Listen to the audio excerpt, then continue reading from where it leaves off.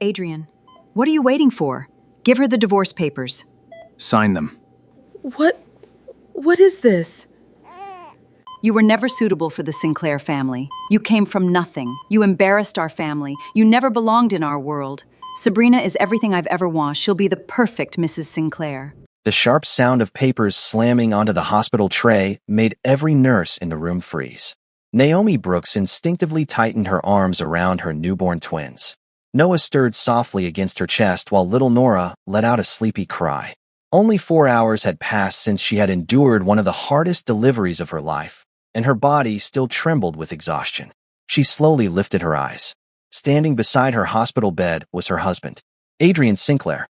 His tailored navy suit looked untouched, as though he had come from a business meeting instead of the maternity ward. There wasn't a flower in his hand. There wasn't even a smile. Instead, there was a thick envelope. Behind him stood his mother, Vivian Sinclair, wearing an expensive cream-colored dress and a look of complete disgust. Beside Vivian stood Sabrina Hale, the woman Naomi had seen appearing more and more often around Adrian's office events. Sabrina folded her arms confidently. Vivian's lips curled into a satisfied smile. Naomi's heartbeat slowed. She already knew something terrible was coming. Adrian pushed the envelope closer. Sign them. Naomi looked down. Divorce papers. Her fingers froze. A long silence filled the room. Finally, she looked back at him. You brought divorce papers. Her voice cracked. To the hospital? Adrian didn't blink. Our marriage ended a long time ago. Naomi swallowed painfully. I just gave birth to our children. Our children deserve stability. Adrian replied coldly. Not a marriage built on obligation. Vivian stepped forward before Naomi could answer. I warned my son from the beginning. Her sharp eyes swept across Naomi. You were never suitable for this family. Naomi remained quiet. Vivian continued. You came from nothing. You embarrassed our family. You never understood our lifestyle. Sabrina smiled as if she were enjoying every second. Then she leaned closer to Adrian and gently rested her hand on his arm. Adrian has been unhappy for years. Naomi looked from Sabrina to her husband. So, she spoke barely above a whisper. You brought her here? Sabrina answered before Adrian could. I thought honesty was better than secrets. Naomi stared at her. You think this is honesty? Sabrina shrugged. I think it's reality. One of the nurses couldn't stay silent. Excuse me, this patient has just delivered twins. She needs rest. Vivian shot the nurse an icy glare. This is a family matter. The nurse looked toward Adrian. Sir, perhaps this discussion can wait. It can't, Adrian replied. I have another meeting. Naomi let out a soft laugh. Not because anything was funny, because the pain had become too heavy for tears. A meeting? She looked down at Noah and Nora. Our children are only a few hours old. You couldn't wait one day? Adrian's expression remained unchanged. The documents have already been prepared. Naomi slowly lifted one of the pages. Her eyes moved across every paragraph. Child support, confidentiality, property division. No mention of the sacrifices she had made. No mention of the years she spent supporting Adrian while quietly building solutions for companies from home. Nothing. Vivian crossed her arms. Sign them and leave gracefully. Naomi finally looked up. Gracefully, Vivian nodded. You'll receive enough money to live comfortably. Sabrina smiled. You should be grateful. Naomi couldn't believe what she was hearing. Grateful? For what? For being replaced? Sabrina rolled her eyes. Don't make this dramatic. Naomi looked directly at Adrian. Did you know she would speak to me like this? I don't control what other people say. That answer hurt even more than the divorce papers. Naomi slowly placed the documents back onto the tray. I stood beside you when your company nearly collapsed. I sold my mother's jewelry to help you. I spent nights helping you prepare presentations. I believed in you when nobody else did. Adrian finally answered.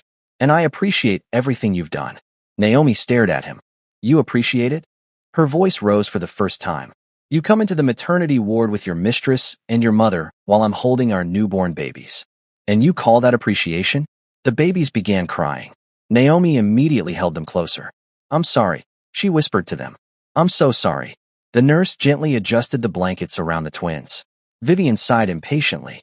This emotional performance changes nothing. Naomi slowly turned toward her. Performance? Vivian nodded. You always wanted sympathy. Naomi's eyes filled with tears. No, I wanted a family. Vivian laughed softly.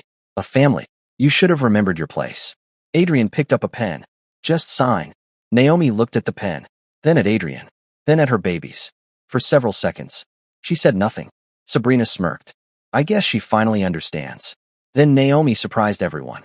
She calmly placed the pen back into Adrian's hand. I won't sign today. Vivian frowned. You don't have a choice. Attorney Claire Morgan's voice suddenly echoed from the doorway. Actually, everyone turned. Claire walked into the room carrying a leather briefcase. In fact, she smiled politely. My client has every legal right to wait. Adrian's jaw tightened. What are you doing here? Claire answered calmly. Mrs. Brooks asked me months ago to represent her should certain circumstances arise. Vivian looked confused. Months ago, Naomi remained silent. Claire continued. So unless my client wishes to sign today. She closed her briefcase. These papers leave this room and signed. Adrian scoffed. You think delaying this changes anything? Claire smiled. Sometimes time changes everything. Adrian stepped closer. I'll have the house transferred today. Claire nodded. That's your decision. I'll freeze the joint accounts. Claire nodded again. That's your decision too. I'll cancel every card she has. Claire simply smiled. I strongly advise you to think carefully before making financial decisions during active divorce proceedings. Vivian interrupted. She's bluffing. Claire looked directly at Vivian. I never bluff. Naomi watched quietly. For the first time all day, someone was standing beside her. Adrian straightened his jacket. Fine. He looked at Naomi. You have 48 hours. You'll realize fighting me is pointless. Naomi finally spoke. Is that what you believe? It is. He leaned closer. When this divorce is over, you'll have nothing. Naomi looked into his eyes for a long moment. Then she answered softly. Are you absolutely certain? Adrian gave a confident smile. I've never been more certain of anything. Without another word, he turned. Vivian followed. Sabrina paused beside Naomi's bed. She looked down at the twins. It's sad. Naomi frowned. What is? They'll grow up knowing their father chose happiness. Naomi's voice became surprisingly calm. No. They'll grow up knowing their mother chose dignity. Sabrina's smile faded. She turned away without replying. The room finally became quiet. Naomi stared at the closed hospital door. Her hands trembled. The tears she had been holding back finally came. Not loud sobs. Just silent tears rolling down her cheeks as she kissed Noah's forehead. Claire pulled a chair beside the bed. You don't have to be strong every second. Naomi shook her head. I wasn't crying because he left. Claire gently asked. Then why?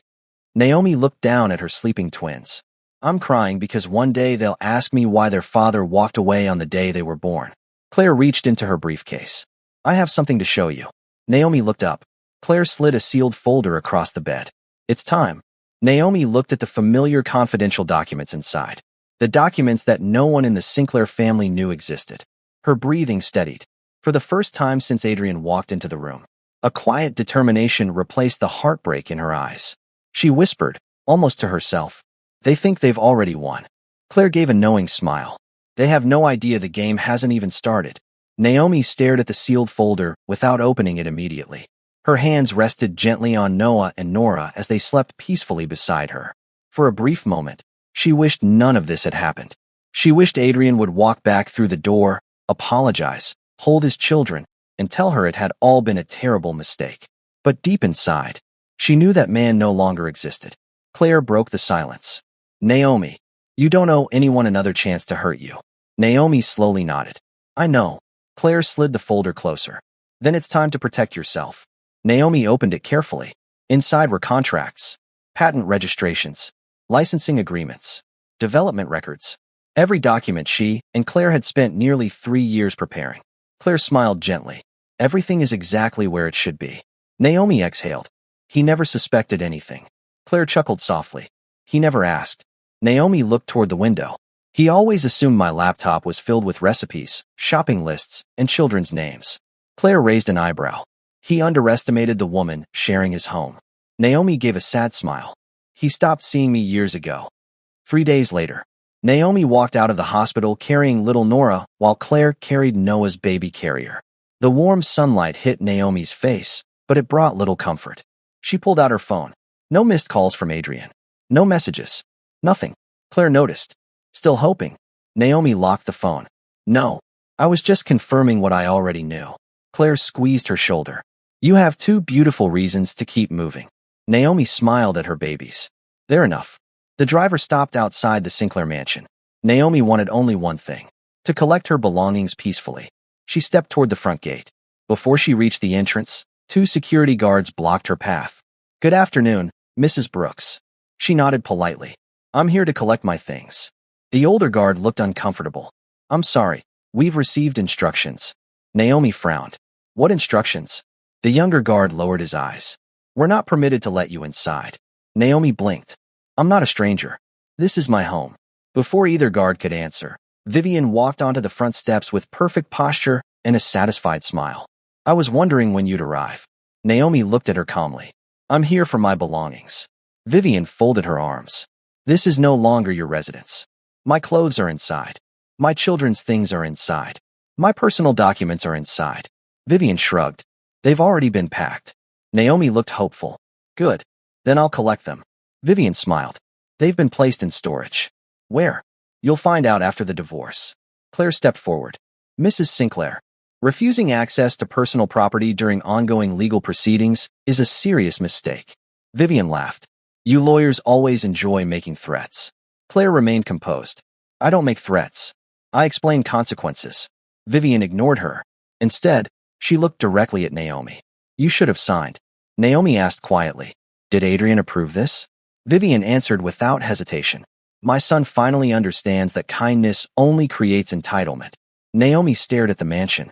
Years of memories flashed through her mind. Decorating the nursery, cooking birthday dinners, working late nights at the dining table while Adrian slept upstairs. Now, she wasn't even allowed through the gate. Little Noah suddenly began crying. Naomi gently rocked him. "It's okay. Mommy's here." Vivian rolled her eyes. Always the victim. Naomi slowly lifted her phone. She pressed one button. The camera started recording. Vivian frowned. "What are you doing?" Naomi answered honestly. "Keeping records." Vivian's confident smile disappeared for a second. Then she forced another smile. "Record whatever you like. It won't change anything." Claire quietly whispered. "It already has." Vivian didn't hear her. Naomi looked at the guards. "I'm not angry with either of you. I know you're following orders." The older guard looked ashamed. "I'm truly sorry, ma'am." Naomi nodded. "I know." She turned around. Without shouting, without arguing, without begging, she simply walked away. Vivian watched her leave. "See, I told Adrian she'd eventually accept reality." Claire glanced back one last time. "No, you've mistaken peace for surrender." Inside Adrian's downtown office, laughter echoed through the conference room. Champagne glasses clinked together. Sabrina smiled as Adrian wrapped an arm around her waist. "Congratulations," one executive said. "I hear the divorce is almost finished." Adrian smirked. "It'll be finalized soon." Another executive laughed. "So freedom suits you." "It certainly does." Sabrina leaned closer. "And now we can finally stop hiding." Everyone laughed. Only one man remained quiet. Oliver Grant, the company's senior financial officer. He cleared his throat. "Adrian, have all legal risks been reviewed?" Adrian waved dismissively. "My lawyers handled everything." Oliver frowned. "What about Mrs. Brooks?" Adrian chuckled. "What about her?" "I've heard she consulted an attorney months ago." Adrian shrugged. "So?" Oliver looked uneasy. "Successful people usually prepare before they act." Adrian laughed. "Oliver, Naomi isn't some business mastermind. She's emotional. She'll take the settlement." Oliver wasn't convinced. "I hope you're right." Meanwhile, Claire's office remained unusually quiet. Naomi gently placed both babies in twin bassinets beside the sofa. Claire spread dozens of documents across the conference table. "Let's review everything." Naomi nodded. Claire pointed toward one contract. "Your algorithm." Naomi smiled faintly. "Project Atlas." Claire nodded. "The development records are complete. The patent registrations are complete. The source code timestamps are complete. The licensing agreement is waiting for your final signature." Naomi looked at the number printed across the contract. Her breathing slowed. $1.2 billion. Claire smiled. "They increased the offer yesterday." Naomi looked stunned. "They accepted?" "They didn't just accept. They competed against each other." Naomi couldn't believe it. "After all these years." Claire smiled proudly. "You solved a problem multinational shipping companies have struggled with for decades. You earned every dollar." Naomi looked down. "I wanted to tell Adrian." Claire raised an eyebrow. "When?" "The night they sent the first offer." "What stopped you?" Naomi's eyes became distant. "He canceled dinner. He said he was too busy." Claire remained silent. Naomi gave a painful smile. "The next week." He forgot our anniversary. Claire sighed. And after that, Naomi looked at the twins. I stopped trying. Claire gently closed the contract. His ignorance doesn't reduce your achievement. Naomi nodded slowly. It just makes it sad. Claire slid another document toward her. The prenuptial agreement. Naomi smiled. He laughed when I insisted we sign one. Claire laughed softly. He didn't even read half of it. He skipped straight to the financial section. Naomi nodded. He said. She imitated Adrian's confident voice. I trust you completely. Claire smiled knowingly. He should have trusted paperwork instead. Naomi signed the final licensing document. Claire immediately extended her hand. Congratulations. You've officially completed the largest software licensing agreement of your career. Naomi looked overwhelmed. Not excited. Not proud. Just relieved. My mother would have been happy. Claire smiled warmly. She would have been incredibly proud. Suddenly, Claire's assistant rushed into the office. Claire stood. What happened? The assistant handed over a tablet. You need to see this. Claire opened the video. A business interview filled the screen. Adrian sat confidently before reporters. One reporter smiled. Mr. Sinclair, investors are excited about your company's next-generation logistics platform. Adrian grinned. They should be.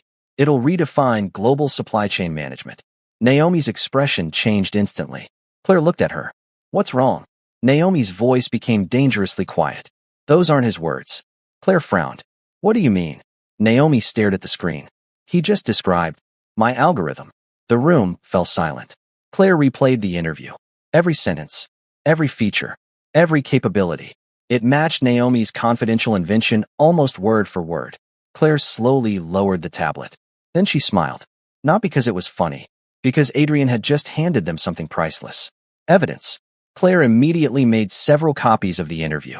She looked at Naomi with calm confidence. He just publicly claimed technology that doesn't belong to him. Naomi remained silent. Claire continued. And he did it on camera. Naomi slowly shook her head. I never wanted this. I only wanted my family. Claire's expression softened. I know. But he chose this path. And now he'll have to answer for it. Within 48 hours, Adrian's legal team filed a lawsuit. They claimed Naomi had secretly developed the software using Sinclair Global's resources. They demanded ownership of the algorithm. They accused Naomi of hiding marital assets. They even requested temporary custody of Noah and Nora, arguing that Naomi's legal battles would make her an unstable mother. When Naomi finished reading the documents, her eyes filled with tears. They're trying to take my babies. Claire leaned forward. They're trying. They won't succeed. Naomi looked up. Promise me. Claire reached across the desk. I promise. News spread quickly. Business blogs began reporting that Sinclair Global was involved in a billion-dollar intellectual property dispute. Investors grew nervous. Employees whispered in hallways. Board members demanded answers. Still, Adrian walked through the company as though nothing had changed. Sabrina smiled proudly beside him. You've got this. Adrian smirked. Naomi doesn't stand a chance. Oliver Grant approached carefully. Adrian, we've received requests from investors asking for documentation proving ownership of the software. Adrian frowned. Tell legal to handle it. Oliver hesitated. What documentation should we send? Adrian looked annoyed. They'll prepare something. Oliver didn't move. Do we actually have development records? Silence. Source code. Silence. Patent filings? Adrian's confidence cracked for the first time. We'll figure it out. Oliver quietly walked away. His heart sank. Court day finally arrived. Every seat inside the courtroom was filled. Journalists waited outside. Business analysts whispered predictions. Vivian entered wearing an expensive designer suit. She looked at Naomi with open contempt. I hope you've prepared yourself for disappointment. Naomi simply smiled politely. I came prepared. Sabrina leaned close to Vivian. She still thinks she can win. Claire overheard them. No, my client doesn't think. She knows. The courtroom doors opened. All rise. Judge Eleanor Grant entered. Everyone stood. After everyone was seated, Adrian's attorney confidently addressed the court. Your Honor, Mrs. Brooks deliberately concealed valuable marital assets while benefiting from Sinclair Global's infrastructure. He continued for nearly 30 minutes. Charts, accusations, speculation, assumptions. Finally, he sat down confidently. Judge Grant looked toward Claire. Counselor. Claire stood calmly. Thank you, Your Honor. She walked toward the evidence table. My client has prepared a complete timeline. She held up the first binder. Every line of code, She held up another. Every patent registration. Another binder. Every licensing negotiation. Another. Every independent witness. Another. Every financial transaction. The courtroom became noticeably quieter. Claire projected the first document onto the courtroom screen. Development logs. Timestamps. Independent server records. Every entry dated years before Sinclair Global ever discussed similar technology. Adrian shifted uneasily. Claire displayed another document. The patent registration. Filed solely under Naomi Brooks. Months before the marriage. Another screen appeared. Emails between Naomi and international technology firms. Another. Signed confidentiality agreements. Another. Cloud storage records. Every file matched. Claire then turned toward Adrian. Mr. Sinclair, you stated publicly that your company developed this technology. Can you identify a single engineer who worked on it? Adrian hesitated. Our research department. Claire interrupted. Name one. Silence. She asked again. Can you produce one draft? Silence. One design notebook? Silence. One source code file? Silence. The courtroom grew so quiet that even the reporters stopped typing. Claire smiled gently. No further questions. Then she picked up one final folder. The prenuptial agreement. Adrian looked almost bored. I've already signed it. Claire nodded. You did. But you never finished reading it. Judge Grant accepted the document. She carefully turned several pages. Then she stopped. She read aloud. All intellectual property conceived, developed, or substantially created by Naomi Brooks shall remain her exclusive property regardless of marital status. Any attempt to claim, transfer, restrict, or profit from said property without written authorization shall constitute material breach and financial misconduct. The courtroom froze. Claire added, Please continue, Your Honor. Judge Grant nodded.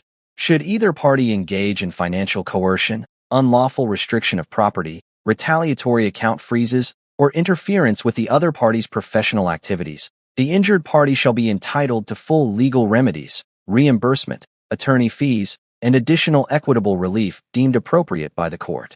Vivian's confident smile disappeared. Sabrina stared at Adrian in disbelief. Judge Grant removed her glasses. Mr. Sinclair, did you read this agreement before signing it? Adrian swallowed. No, Your Honor. The judge nodded slowly. I thought as much. Claire wasn't finished. She played hospital security footage. The video showed Adrian serving divorce papers just hours after Naomi had given birth. Gasps echoed through the courtroom. Another video appeared. Vivian refusing Naomi access to the family home. Another. Bank records showing frozen accounts. Another. Recordings of insults, threats, humiliation. Every piece fit together. Not one accusation. Only evidence. Judge Grant looked toward Adrian. Do you dispute the authenticity of these recordings? His attorney quietly answered. No, Your Honor. The judge leaned back. The pattern is unmistakable. She began reading her decision. This court recognizes repeated acts of financial coercion, emotional intimidation, and deliberate interference with Mrs. Brooks' lawful property. She continued. The intellectual property remains the sole ownership of Naomi Brooks. The licensing agreement remains entirely hers. Mr. Sinclair's claims are dismissed with prejudice. The temporary custody request is denied. Primary custody shall remain with Mrs. Brooks. Mr. Sinclair is ordered to reimburse legal expenses and compensate damages arising from unlawful financial interference. A heavy silence settled over the courtroom. Adrian lowered his head. Vivian looked completely stunned. Sabrina quietly picked up her handbag. Without saying a word, she walked out. She didn't even look back. Outside the courthouse, cameras flashed from every direction. Reporters rushed forward. Mrs. Brooks, how does it feel to win? Do you want revenge? Naomi paused. She looked at the cameras, then at Noah and Nora sleeping peacefully in their stroller. Finally, she answered, I didn't come here seeking revenge.